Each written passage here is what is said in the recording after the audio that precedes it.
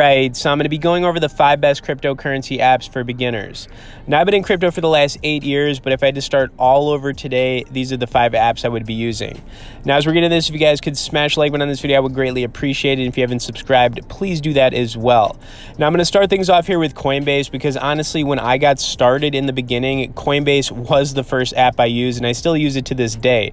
Now, I've got close to 100,000 in my account. I do a little bit of trading on here. I've got some long-term positions, but the thing about Coinbase, it's very well trusted at this point. It's been around for a long time. I don't know if they've got like 30, 50 million members worldwide, something crazy like that. But the reason I like them is because I've always felt safe with my money on here. And it's also very easy to use their app. So, I mean, it's user-friendly, probably take 2 minutes to figure out, honestly. Then you've got over 60 plus different coins you can buy, sell, and trade. Now, the fees are a little bit high on Coinbase, but when you get started on Coinbase, you're automatically enrolled into the trading app Coinbase Pro. Now, I use Coinbase Pro quite a bit. I don't have nearly as much money as I do in Coinbase, but I own some Engine Coin. And the thing here you got to understand is the fees are a little bit lower. It's 0.5% for buying, 0.5% for selling. And if you want to get more into like the trading part of cryptocurrency, Coinbase Pro is a really good option. You can pull up different graphs based on like the 1 minute time frames, 5 minute, 10 minute, 15 minute. You can see the buying and selling happening, and they have stop loss features for buying and selling as well, which is pretty cool. Now, all of the same coins that are on Coinbase are on Coinbase Pro. So, like I said, you're automatically going to be enrolled in that when you get started on Coinbase. Okay, and then we've got Binance US. Now, Binance is actually one of the biggest exchanges in the world, and their app is really nice. I would say it's actually better than Coinbase's, but, I've just been using Coinbase for so long that I just feel more comfortable with it. But I have a little bit of money on Binance US. I've got, $2,000.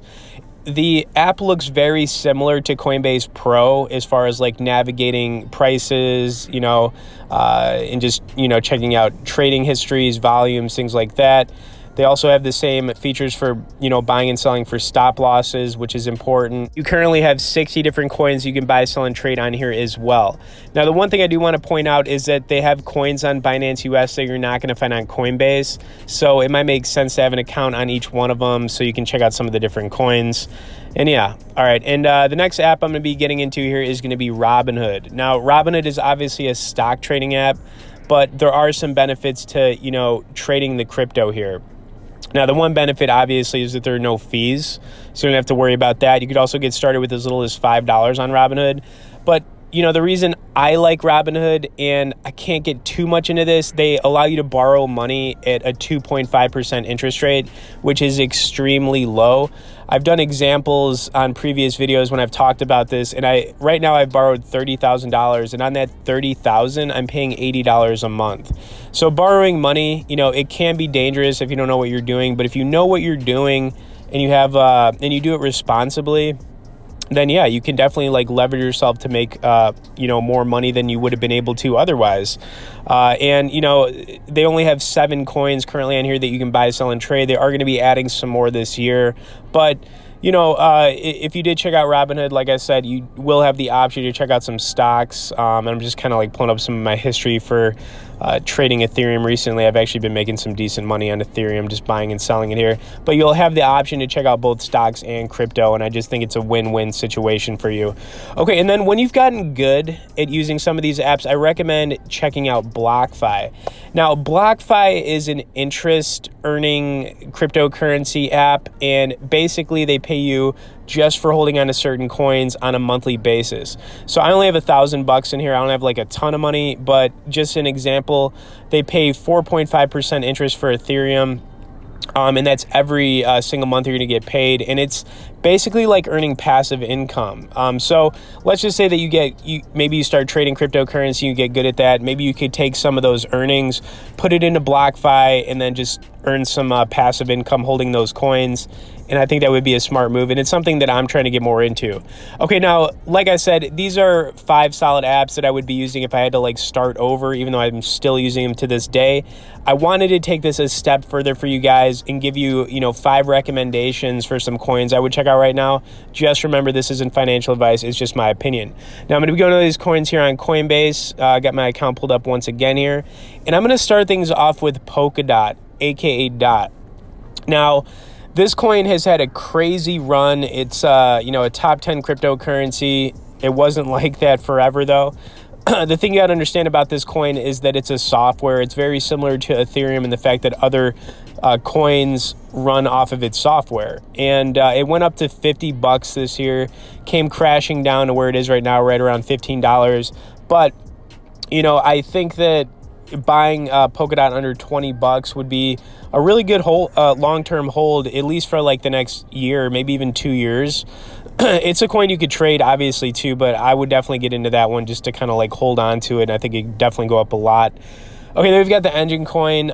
You might have seen that I do own some of this, on Coinbase and actually Binance. So I put $23,000 into this coin. I'm down a ton of money. My average was $3.06. However, I'm just kind of like holding this, because I think it's going to go back up. Now, Engine is the #1 gaming cryptocurrency. They're also a leader in the NFT space. If you wanted to learn about the project, I definitely recommend it. And my price prediction, I think we could see it up to $10 by the end of the year. Okay, then we've got Bitcoin Cash. I do own this coin as well. Bitcoin Cash has been around for a long time. It's been a top 10, top 15 crypto, and its all-time high was around $4,000. And the thing about this coin is that it's really lagging in like the price on it just going up. It did get up to $1,600 this year, but then we had a crypto crash and everything went down. I think if you're buying Bitcoin Cash under $1,000, it's a good one to get into. Even if you don't like the coin, I just think looking at the return you could get on it could be really good. And so I would definitely recommend checking it out. Okay, then we got the basic attention token. I used to own this one, also referred to as the BAT token, whatever you want to call it. But it's a coin that's connected with the Brave browser. Now, the Brave browser is a browser that runs off of Google Chrome's Chromium. They actually compete with Google Chrome. This is also an Ethereum-based coin.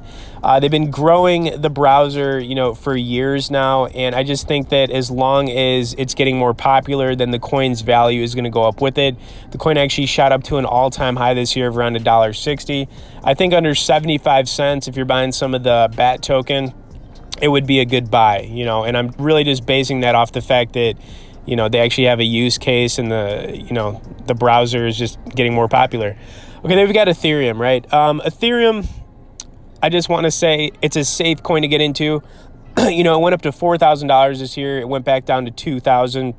I think that if you're buying it under $3, it's another coin to get into and just hold on to for the long term. You could also check this coin out on BlockFi. Like you could just earn some interest on it just for holding it, like exactly what I'm doing. Okay, anyways, that is going to be it, guys. If you do want to check out any of these apps, I will throw some bonus and resource links in both the description and comments.